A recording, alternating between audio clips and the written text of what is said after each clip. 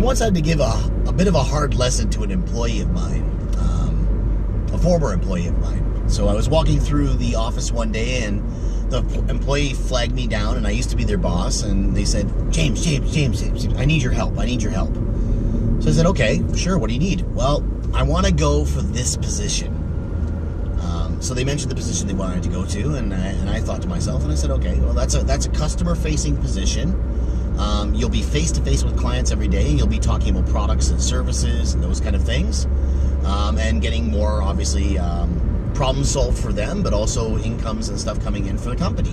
She said, yes, absolutely, that's what I want to do. And I said, okay, so can I ask you a question? She said, yes. And I said, okay. Why? Why do you want to do that? And she said, because I love helping customers. And I said, okay, fantastic. Can I be honest with you? And she said, yes. And I said, I don't see you in that position right now unless you make a couple key changes. And she said, why? And I said, well, there's a couple different products that you're going to have to offer that when you were my employee and they were similar style products, it was like getting you to pull teeth to even try to do them, to try to like offer them in the first place. And she's like, oh, but I've grown so much now. And I'm like, okay, fantastic. So where's the evidence of this? Can I see your performance results? So she pulled up her computer, and I saw that, you know, she did pretty good in certain products. And again, there were some that weren't doing so well. And I asked her, I said, well, you know, what about this product? Why isn't it hitting target? And she gave me a lot of different reasons and justifications, and kind of what I expected. And I asked her, well, what about this one? Same sort of thing came up. Well, you know, that one's hard. You know, I don't really like that product that much and stuff, and it doesn't really get me much value towards my performance score. And I went, okay. I need to ask you a very, very important question. She said, okay. I said, and this question's really going to determine, you know, whether or not you'd be the right fit for this new role. And she said, okay. I said, okay. What does your customer deserve? She's like, what do you mean? What does she deserve? I'm like, well, what does your customer deserve? She's like, well, my best. Yeah, okay, fantastic. Yes, your customer deserves your best. And she's like, yes, absolutely. My customer deserves my best. And I said, okay. Is it your best at your convenience?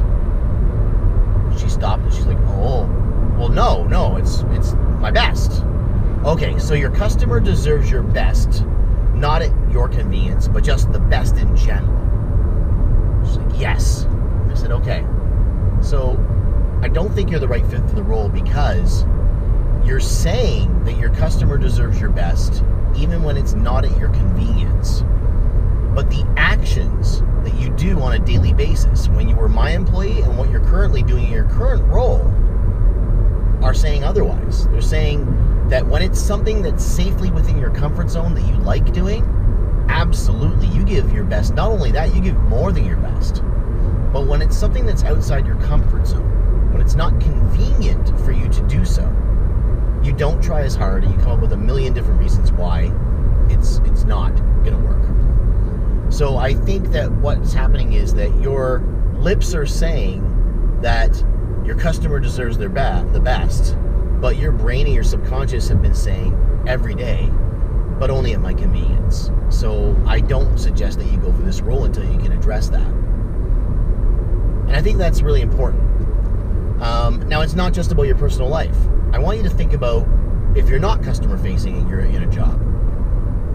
Your employer, whether you're happy in your job or not, the company that pays you a salary, because it pays you a paycheck, as long as it keeps paying that paycheck on time as promised, does that company deserve your best every day? And does that company deserve you performing at the level that it hired you for? If you're a reasonable person, you have to say yes. And you have to also be honest with yourself and say, but I don't always give my best because it's not always convenient to me. And because of a lot of other reasons. We can dress it up however we like, but that's the way it is.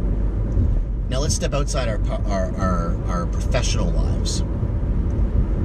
What does your family deserve? What do your friends deserve? Right? What do the people on the street that you encounter deserve? The best version of you, or only the best version of you at your convenience? What do the people that you encounter on social media, Twitter, Instagram, Facebook, whatever you have, do they deserve you the best of you, or the best of you at your convenience? In fact, sometimes, unfortunately, with social media, is people give the worst of themselves, right? Which doesn't help anyone. They might have had a little bit of, ha ha ha, I'm so awesome, but really it didn't help anyone. It certainly didn't help them, and it didn't help the other people. And I'll take this even one step further to make it sink in more. What do you deserve from yourself? Is it your best? Is it your best at your convenience? And at what point will the bank run dry and you will start going, hey, me, I'm not giving me enough back. The return on my investment sucks. I'm not investing enough in myself because I only care about myself when it's comfortable and safe for me. So that's what I'm talking about today. If you're listening to me, if you've listened this far, I guarantee you there's some element of your life where you're not putting 100% in. I know for me there definitely is. And sometimes in those, so I can give you an example, is in a relationship. No one gives 100% all the time. But if you really care about that relationship, you should be trying really hard to have more 100% days than you have days that aren't 100%. Right? And it doesn't matter whether your spouse is giving the same in return. You can't control something outside, but you control you. This goes back to my previous video about choices. So it's really, really important. If you want to change your life, if you want to have an amazing impact on yourself, you have to understand that when it comes to the word deserve, it is always about your best, not your best at your convenience. All right, that's enough for today. Have a wonderful day. Take care. Take action. See you later.